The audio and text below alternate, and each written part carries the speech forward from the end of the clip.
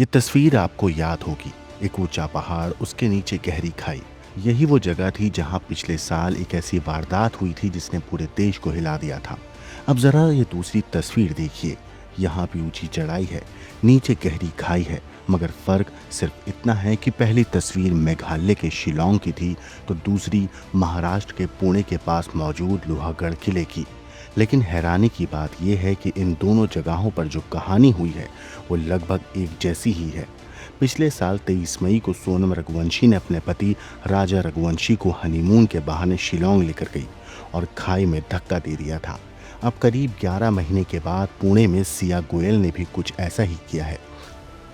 बस फर्क इतना था कि सोनम ने शादी के बाद अपने पति को मारा था, जबकि सिया ने शादी से पहले ही अपने मंगेतर को मौत के घाट उतार दिया।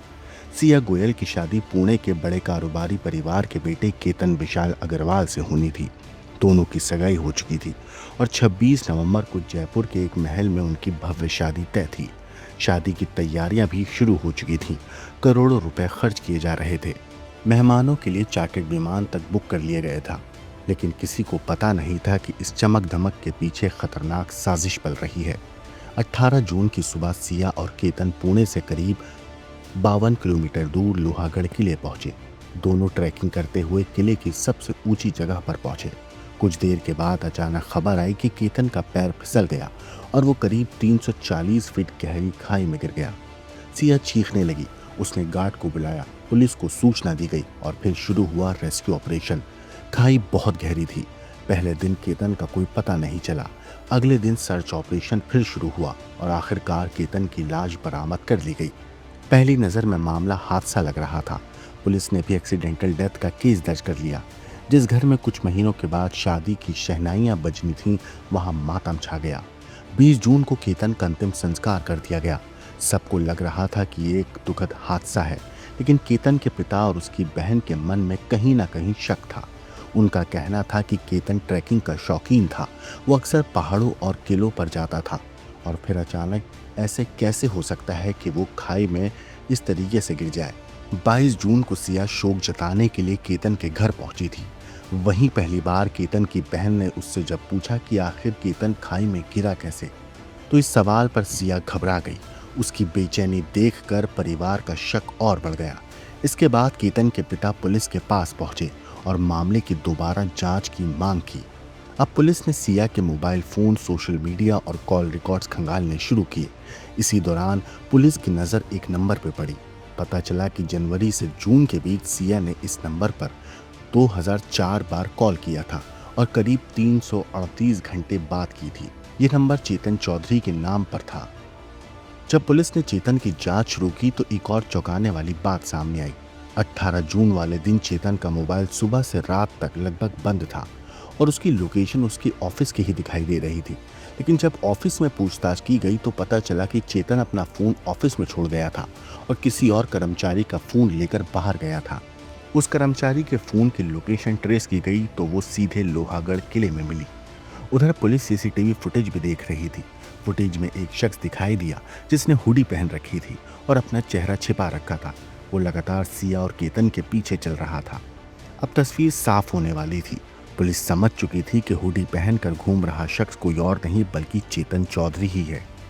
इसके बाद पुलिस ने सिया और चेतन दोनों को हिरासत में लेकर पूछताछ की। कुछ देर की पूछताछ में दोनों टूट गए और सारा सच कबूल कर लिया। दरअसल सिया और चेतन एक दूसरे से प्यार करते थे। दोनों की मुलाकात पिछले साल दिवाली के आसपास हुई थी और रिश्ता गहरा हो गया था। लेकिन इसी बीच घर वालों ने सिया की शादी केतन से तय कर दी। सिया इस शादी से खुश नहीं थी। वो चेतन से शादी करना चाहती थी। पुलिस के मुताबिक तभी दोनों ने केतन को रास्ते से हटाने की योजना बनाई। 31 मई को जब केतन सिया को लोहागढ़ किला घुमाने लाया था, तभी सिया के दिमाग में पहली बार ये ख्याल आया कि अगर केतन को यहाँ से धक्का दे दिया जाए तो सबको लगेगा कि वो हादसे में मारा गया। 14 जून को उसने पहली कोशिश की लेकिन हिम्मत नहीं जुटा पाई। फिर 18 जून को उसने दोबारा प्लान बनाया। इस बार उसने केतन को बहाना दिया कि वो प्री वेडिंग शूट के लिए लोकेशन फिर से देखना चाहती है। केतन तैयार हो गया। उधर चेतन भी चुपचाप उनके पीछे पीछे किले तक पहुंच गया। पुलिस के मुताबिक जैसे ही मौका मिला, सिया और चेतन ने मिलकर केतन को खाई में धक्का दे दिया। जांच में ये भी सामने आया है कि इससे पहले सिया ने एक और चाल चली थी। दरअसल कुछ समय पहले केतन ने बाली ट्रिप का प्लान बनाया था, लेकिन सिया वहां नहीं जाना चाहती थी। आरोप है कि उसने रास्ते में एक रेस्टोरेंट के वॉशरूम में जाकर केतन का पासपोर्ट फाड़ दिया और फ्लश कर दिया, जिससे पूरी यात्रा रद्द हो गई। अब जब इस पूरे मामले को देखा गया तो लोगों को सोनम रघुवंशी का मामला याद आ गया। वहां भी प्रेमी था, वहां भी शादी से छुटकारा पाने की कोशिश थी, वहां भी पहाड़ और गहरी खाई थी, और वहां भी मौत को हादसा दिखाने की कोशिश की गई थी। बस नाम बदल गए थे, शहर बदल गया था, लेकिन कहानी लगभग वही थी। इसी वजह से लोग इस केस को सोनम चैप्टर 2 कहकर याद कर रहे हैं। तो पहले 31 मई को लोहगढ़ फोर्ट गए घूमने के लिए।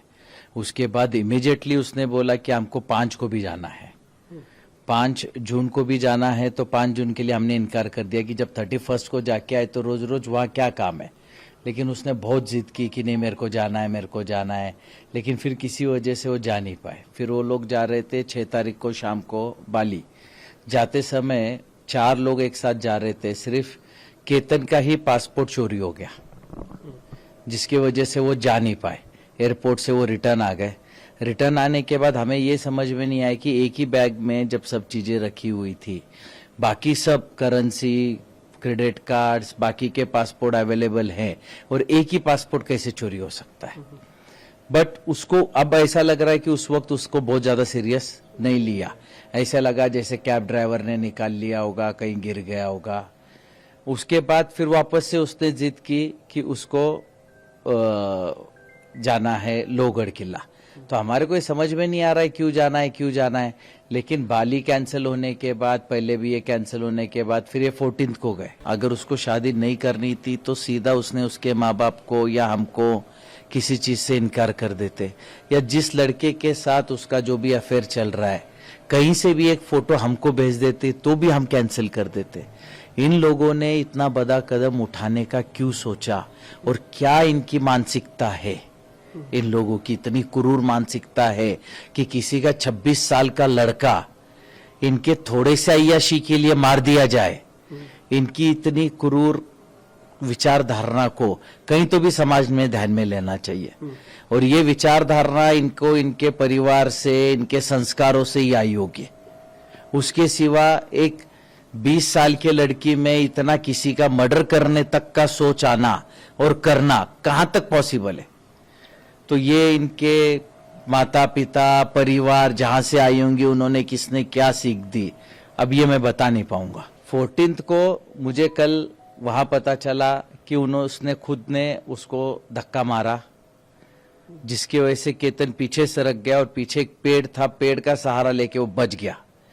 बचने के बाद उसने इमीडिएटली नाटक किया कि सांप आ गया, सांप आ गया, सांप आ गया, और मैंने तेरे को बचा लिया। तो उस वक्त उसके ध्यान में नहीं आया कि इसने मेरे को धक्का मारा था गिराने के लिए, लेकिन अभी सांप का बहाना कर रही है। फिर इमीडिएटली उसने फिर बोला 18 तारीख को मेरे को फिर लोहगढ़ जाना है, जबकि 19 तारीख को उसका बर्थडे था। महाबलेश्वर में हम सेलिब्रेट कर रहे थे, लेकिन उसने बोला नहीं, मेरे दोस्त कुछ मेरी पार्टी रखना चाहते हैं, कुछ लड़के लड़कियां हैं। केतन को उसने ऐसा कन्विंस किया कि कुछ भी कर, अपन बर्थडे बैश अपने को वहां करना है। उसने फिर उसके उसके केतन के मम्मी को भी रात को फोन किया वीडियो कॉलिंग पे कि आप समझाओ कि हमको जाना है वहां पे। तो उसके हिसाब से फिर हमने बोला कोई बात नहीं, चलो बर्थडे है तो जाके आ जाएंगे।